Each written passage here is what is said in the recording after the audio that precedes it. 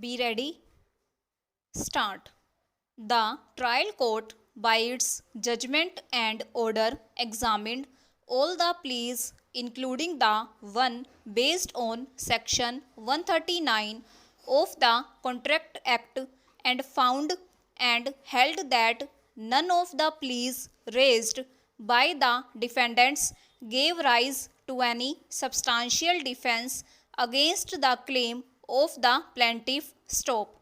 Accordingly, it dismissed the petitions filed by the defendants respondents by order dated and proceeded to decree the suit of the appellant plaintiff for a sum of rupees 4 lakh along with cost and expense and future interest at the rate 10% per annum on the decreal amount from the date of filing of the suit till the date of realization. Stop. In appeal, the Delhi High Court, as noted above, set aside the order and decree passed by the trial court and directed it to allow the defendants respondents to file their written statement and proceed to try the suit from that stage. Stop. The High Court noted that, relying upon Section 139 of the Contract Act, a contention was raised by the respondents that for recovery of its loan from defendant number 1, the principal borrower, the plaintiff should have taken recourse first by either seeking to give effect to the promissory note or by enforcing the equitable mortgage. Stop. Neither of these remedies, which were open to the plaintiff, were taken recourse to, and the recovery was sought to be made straight away from the appellants. Stop.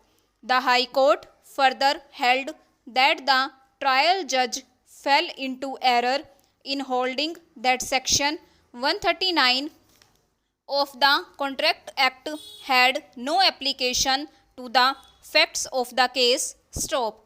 According to the High Court, this was beyond the scope of deciding an application for leave. Stop. Para. It is clear from the discussion made herein above that the said case was not one relating to compounding of offence. Stop.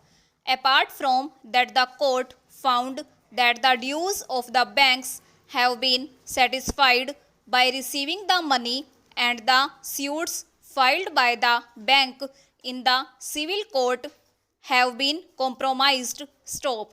The FIRs were filed in 1987, 88, and the investigation had not been completed till 1991. Stop. On those facts, the court, rendering the judgment in July 1996, felt that, having regard to the lapse of time and also having regard to the fact that there is a compromise decree satisfying the bank's dues, there is no purpose in allowing the criminal prosecution to proceed. Stop.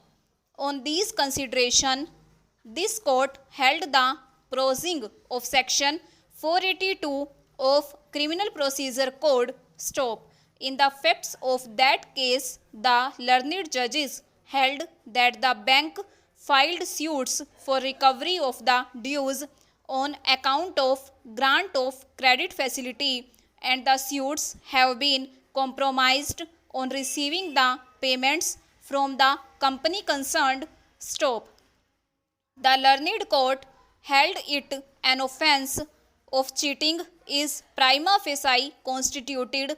Such offence is a compoundable offence, and compromise decrees passed in the suits instituted by the banks for all intents and purposes amount to compounding of the offence of cheating. Stop.